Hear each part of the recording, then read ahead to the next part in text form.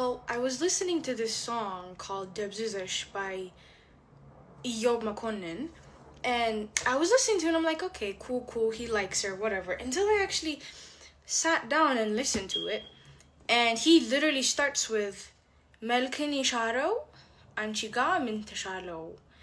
So he's disregarding beauty. So what is it about you? That's what he starts with. And then he goes, ካንቺ በላይ እውቀታቸው ስቄም ነበር በቀላቸው. So they're smarter than you, they're funnier than you.